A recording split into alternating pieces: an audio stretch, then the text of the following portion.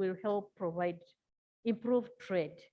Right Honorable Speaker, on our last term of reference, that is the state of infrastructure at the Legu border, the committees recommended as follows: that government should liaise with the relevant local government authorities to secure land and construct quality and adequate housing facilities for its officials at the Legu border. This will improve the officials' working conditions and enhance service delivery at the border post. Right Honorable Speaker, at the time of visit, most of the officials had to commute from Gulu to Elegu. Number two, in addition, the government should provide incentives to local investors to construct quality and affordable accommodation facilities at Elegu to facilitate trade at the border. Number three, the government should deliberately enforce the Physical Planning Act 2010 as amended through the relevant government agencies to address the challenges typical of border towns. This will improve the traffic impasses occasioned by the huge numbers of trucks and also improve service delivery to enhance the trade, and at these high traffic points. Right Honorable Speaker, on the flooding at the one-stop border post, the committees recommend as follows: one, that in line with the recommendation of the mitigation plan, funding for the proposal of construction of a reservoir to a tune of Uganda shillings 198.1 billion be provided to help mitigate the floods in Elegu. Two, the Ministry of Water and Environment should take the lead and expeditiously implement the flood mitigation plan to construct the dam and reservoir on the Unyama River to mitigate the flood threat fully. The dam could be utilized for agriculture through irrigation. Upon adopting this report, Right Honorable Speaker, the ministry should initiate a roadmap demonstrating how to implement the plan and report back to the House within 6 months. In conclusion, Right Honorable Speaker, the committees are conscious of the need for government to maintain favorable bilateral relations with South Sudan as a strategic partner for Uganda. However, Right Honorable Speaker, this should not be done at the expense of the lives of Ugandans. Government should therefore take deliberate and constructive steps to ensure the security of Ugandans in South Sudan is guaranteed. At the same time, the government should prioritize the demarcation of the Ugandan-South Sudan border to mitigate the recurrence of border conflicts and strengthen bilateral relations between the two countries to foster the EAC integration agenda. Right Honorable Speaker, I beg to submit. Thank you so much, Honorable Chair. Members, as you've noticed, we are going to be dealing with another situation of compensation again with the South Sudan. But this time it is worse than what we encountered last time, because last time it was a loss of property, but now it's unfortunate, it's about loss of lives together with property that will need appropriate compensation. I urge the government to always monitor the conditions in our neighboring countries before our citizens travel, because you need to assess the situation on the other side and you advise the citizens whether they should be able to travel or investing a lot of money in whatever they are doing. And this is basically what you're meant to do: protect the lives of the people and the property. And by protecting, you're expected to monitor as a country to ensure the safety of your own people. Can we hear from the minister before I open the debate? Minister, first give us what your findings are. Thank you, Right Honorable Speaker. I'd like to register my appreciation to the committee for work well done and a very good report presented before this House. I want to join the chair and members of the committee in acknowledging that indeed these findings had been partially findings of the ministry. However, they have gone an extra mile to give us details which we did not know. And I also want to thank them for the recommendations which have been made. Madam Speaker, these recommendations cut across MDAs of government. They benefit Ministry of Foreign Affairs, East African Affairs, Ministry of Lands, Ministry of Water, Ministry of Energy, and Ministry of Works. Will really stand to benefit from these recommendations. Madam Speaker, I recall, like the committee chair has indicated in the report, these events stemmed from September last year. And about September, I gave a report on this floor, and consequently, the committee did their work around November. And I want to put it on record that the situation that obtained then could not be the situation subsisting now. Situations in some of these countries erupt spontaneously. And government of Uganda has on many occasions responded appropriately. We indeed regret the loss of lives and property. We are, as a government, working together with the government of Sudan, South Sudan, bilaterally, and also through multilateral arrangements to ensure that peace returns to that country, because South Sudan, like the committee has ably noted, is a strategic partner. And for us to benefit from her, we need to work together to ensure peace subsists in that country, just like it's contained in our foreign policy objectives. Madam Speaker, the minister has gone ahead since those findings were made to do the following. Number one, we engaged government through the Ministry of Defense and UPDF, together with the army in South Sudan, to devise mechanisms of escorting through convoy systems our trucks from Uganda along the Juba-Nimule Road. And we registered some tremendous progress. I hope and we pray that the situation continues.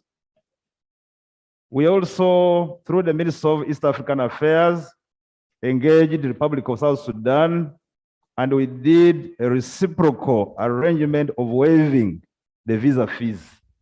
The visa fees requirement is no longer applicable for our partner, or maybe our traders who go to South Sudan.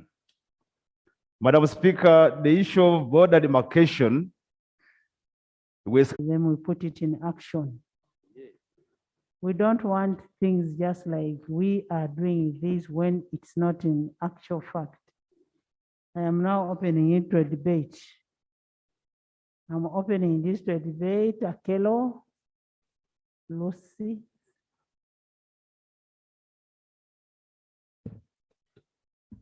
Thank you, Madam Speaker, for giving me this opportunity.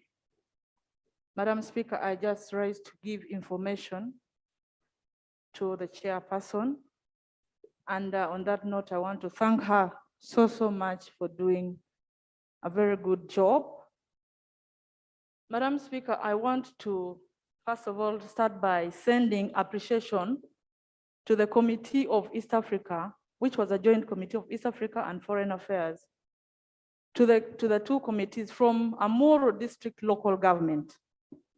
They specifically asked me to thank you because you thoroughly involved them and they were present, they contributed, and they are very happy with you. So, Madam Chairperson, I want to thank you. Thank you, committee. Unlike so many committees, And the most recent one was the one of finance, and they asked me to send this displeasure. Yes, if I Which one? finance committee was in Elegu, and they did not inform the district officials, and the RDC was very, very unhappy. And he asked me to specifically send this displeasure. So that is You are choosing a chairperson of a committee who is in the house. She wants to clarify. okay, fine. I know Honorable Abura, somebody who is always passionate about local governments. Thank you, Right Honorable Speaker. Right Honorable Speaker, I want to say that Honorable Lucy, as we know her, is a very truthful person. Indeed, the Committee of Finance was at Elego on Saturday. Even us were so surprised because we only didn't go to Elego, we went to Padea in Zumbu, and the local government officials were there. Then went to Katuna, local government officials were there. Then we went to Isingiro, about 2, and the local government officials were there. So we also thought that probably they didn't like our presence in Elegu. Thank you. Madam Speaker, I am conveying the message of the RDC of Amuru, and I have done my part. Whatsoever, no, I have Honorable reported. Lucy is just conveying the message. I am conveying a message because he was. And being a Saba Crystal, she doesn't lie. And she doesn't lie, but maybe your own people did not see any sense of meeting finance people.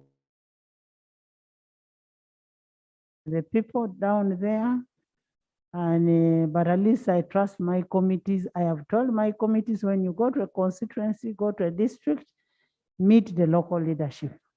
And if there was an anomaly, sorry for that.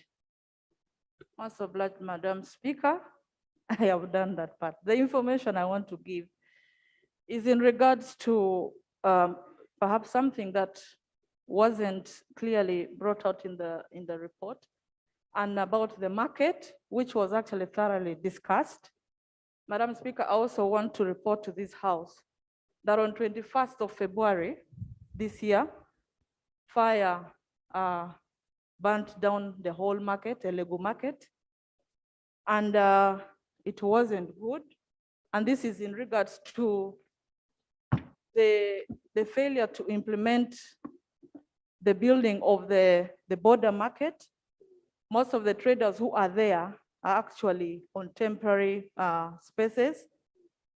If you will allow just a summary of what happened, about 1,858 households were affected. 896 traders were severely affected. Fishmonger stalls, 30 were completely burnt. Tailoring shops, 20 were completely burnt. The charcoal stores, 32 were completely burnt. The mobile money kiosks, 20 of them completely burnt, but they couldn't establish the amount lost. And then some shops which were inside, 92 were completely burnt. Lodging buildings, 79 completely burnt.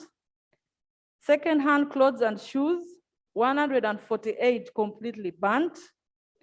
Saloon and barber shops, 115 completely burnt. Fruit stores, 50 completely burnt. Chicken stalls, 20 completely burnt. Eating houses, 10 completely burnt. I am giving all this to show that actually the whole market was completely burnt. And because and we remember we discussed this when we were meeting, the only fighting vehicle at Elegu had a mechanical problem. It was not there. They had to get fire machine from Gulu. By the time they arrived, it was too late. So this is the information I wanted to give in addition to the report that the chairperson has given, and I really appreciate her for bringing out the issues, especially the one on flooding. We are about to enter into season of rain. We will still come back again and say a Lego has flooded. And we don't want this, and I beg the Honorable Minister to really work on the issue of flooding, because we are tired of bringing this every year to the House. Something has to be done. Thank you so much. And that's why the minister was saying this involves the interministerial action, and that's why they are asking for 198 billion to build the dam and the reservoir. And as Parliament of Uganda, we should be able to act on that to have a lasting solution. Yes, Honorable. Thank you, Madam Speaker, for this opportunity. I also want to commend the committee and the chair for a very elaborate report. And I think the issue is very clear. Madam Speaker, allow me to support this report, specifically the three issues that are very clear about life, property, and the capital. If Honorable Minister and the entire team, just like you have highlighted, we need the proactiveness, because if the matter is like this, it would be more difficult for us. You very well know, as Uganda, what we are getting in Southern Sudan in terms of the bilateral or the businesses that we are having there, and the challenges we have here in Uganda when it comes to doing business. So looking at all the sectors that are involved, if we have adopted proactiveness, it would be much more easier in managing this. Madam Minister, I also see another issue here, especially when it comes to borders. The intergovernmental interventions, especially Uganda and the Southern Sudan, may need to come into a clear discussion, because when it comes to borders, you know what it means. It may not be just an issue of the Ministry of Lands. It may actually take a lot of time. But if there was a thorough discussion between the two governments, it would probably solve this matter with a lot of ease. Honorable Minister, lastly is about giving us timelines. How do we handle these issues? I know you are reporting that you have handled a few issues on compensation. Is it possible for us to have a clear way out on the timelines, especially when will these people be compensated? When will they be given a helping hand from government? You know, the businesses are not moving at all. People are dying, people are moving up and down, and the committee has reported. Information from Guzuli. Thank you. 2 minutes each. Madam Honorable Speaker, Minister, He Honorable has given me Minister, information. I would like to you inform the will member. have your time. Stop getting information. There's a pertinent issue I would like to inform him You about. will get your time. I don't you know if will that will be speak- information, but You will speak for yourself. I am not saying we have handled compensation. We have had issues of compensation in this house on South Sudan Ugandan traders, and the issues have not been completed up to date. Other people have been paid, others have not been paid. It came up in this house 2-3 weeks back. It is still an issue.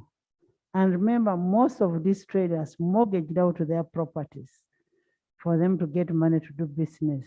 And that's why I was saying in my opening remark that the matter of compensation is coming back, and we cannot set the timeline now because we don't know whom to be compensated. We need to have a thorough analysis of who is going to be compensated, who has been affected, And how do we compensate? That is what is supposed to be done. Then, of course, we are going to adapt the report and then actions must be taken. Yes.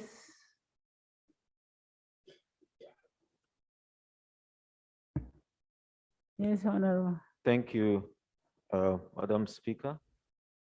And also thank the committee for the quite elaborate report, which clearly shows that we have a lot of multi-sectoral Honorable issues. Noah, I thought I'll give a name first, then to come back that side. Thank you, Right Honorable Speaker.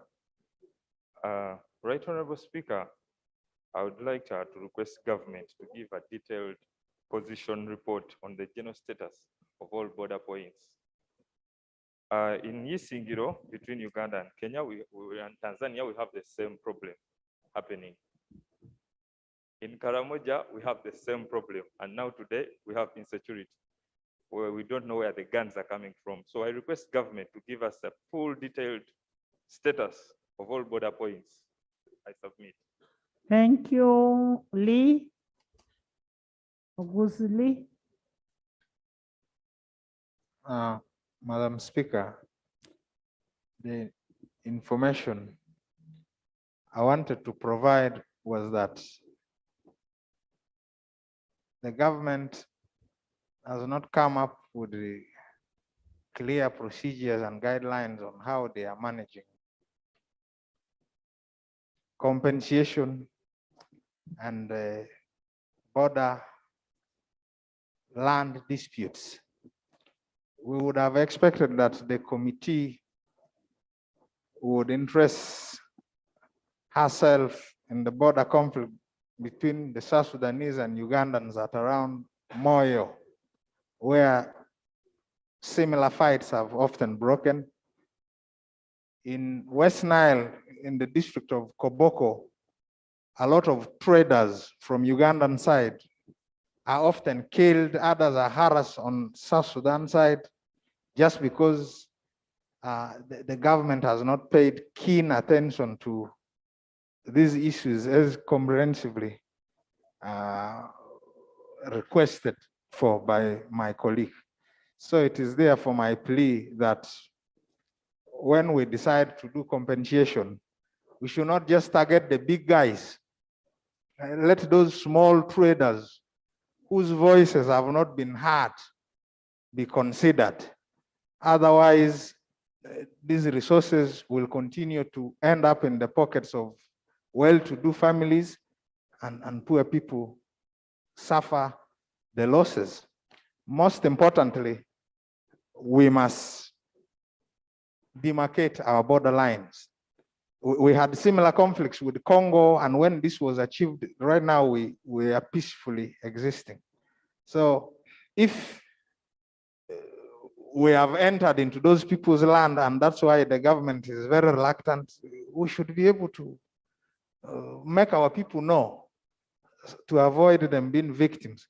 But if indeed the land belongs to us, I'm sure there are technical and scientific ways of resolving such matters, and the government must prioritize them. I thank you. Noah. Then Obama. Thank you, Madam Speaker, and the committee for the presentation, which clearly shows a lot of multi-sectoral issues which need a lot of multi-sector intervention. The biggest concern that comes out of this report is on the data that has been shared about the reported deaths of truck drivers in South Sudan, and also the reported property destroyed, trucks destroyed in South Sudan. And all this information from the report shows that it has been provided by the Association of the Truck Drivers. And it raises a big question about the functionality of the Ugandan mission in Juba. We would have expected that this information would be coming out from the Ugandan mission in Juba, or from the Uganda police, or from the UPDF, through all those joint patrols and joint engagements. But the information is coming out from the Truck Drivers Association. And this is why we're having challenges of verification for compensation purposes. So I want to appeal that the Ministry of Regional Cooperation will strengthen the functionality of the Ugandan mission in Juba, so that there's a stronger presence within the border areas, so that we can be able to have more closer monitoring and better information on some of these happenings. I submit. Thank you, Obama. Tony? Thank you very much, Right Honorable Speaker. I also want to join my colleagues to thank the committee for a very good report. Right Honorable Speaker, for me, I believe in calling a spade a spade. And honorable members, we need to start calling spades spades, not big spoons. When you look at South Sudan, I'm not trying to talk about the element of peace and security. When you look at South Sudan, Right Honorable Speaker, you'll find that 95% of the symptoms of a failed state are existent in South Sudan. But Right Honorable Speaker, the government knows this, but will not publicly acknowledge because we have got people like my friend Thomas Tayewa, who are doing good business in South Sudan, and they will therefore not cause any alarm. But when actually the situation is very bad there and they know it. So, Honorable Speaker, my appeal, I can see Honorable Tayewa is shaking his head, but he knows that's the truth. My appeal is to look the king in the eye and accept that we have a problem. For me, I don't go to South Sudan, Honorable Speaker. In East Africa, I go to all other countries, but I will be the last person to go to South Sudan because of what I know happens there. But our people should be guiding the population. Instead, have decided to bury their heads in the sand and assumed a very normal situation when the situation is not normal at all. My appeal going forward, Honorable Speaker, is that the government should come out open, 1 minute, to guide the population regarding the volatile situation in South Sudan, so that when our people are going there, they go there well knowing the circumstances pertaining in that country.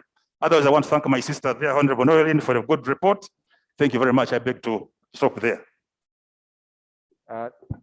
Thank you, Right Honorable Speaker. Right Honorable Speaker, I want to thank the chairperson and members of the committee for a good report. Right Honorable Speaker, I also want to agree with the minister that government is doing something to ensure that there is a security along Uganda, South Sudan border. But Right Honorable Speaker, much as the minister is saying a lot is being done, over the years, the security situation between the border of Uganda and for the traders have been appalling. That traders are killed from time to time. This therefore shows that much as some work is being done, the impact and the outcome is little. Right Honorable Speaker, I want to ask the minister and government that knowing what South Sudan is and the security situation in South Sudan and our contribution in supporting South Sudan, we should continuously keep on engaging South Sudan, and we should continuously support South Sudan so that we stabilize the region, because Right Honorable Speaker, before instability broke out in September, we were doing very good business with the South Sudan. And South Sudan is one of our markets that we should not afford to let go, knowing the challenges that we have around the world and around the region with the markets for our goods. So, Honorable Minister, all efforts, not like business as usual, but all sectors must come under, and South Sudan continue, and we increase on our reading. Right Honorable Speaker. Right Honorable Speaker.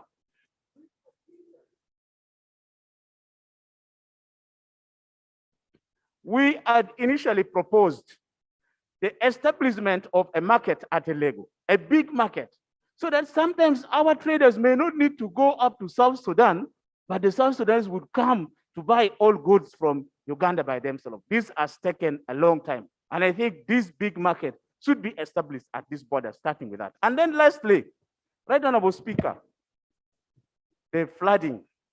It is now coming to 3 years when we have talked about studying, when we have thought about putting the channel and the reservoir, and anytime that border of Lego will be swept from time to time and affecting our revenue. So I think government must act on this time. Thank you, Right Honorable Speaker. Honorable members, as the minister says, South Sudan is really our cash cow, which we must protect. We must protect jealously. So we need to do whatever it takes to make sure that South Sudan. Yes.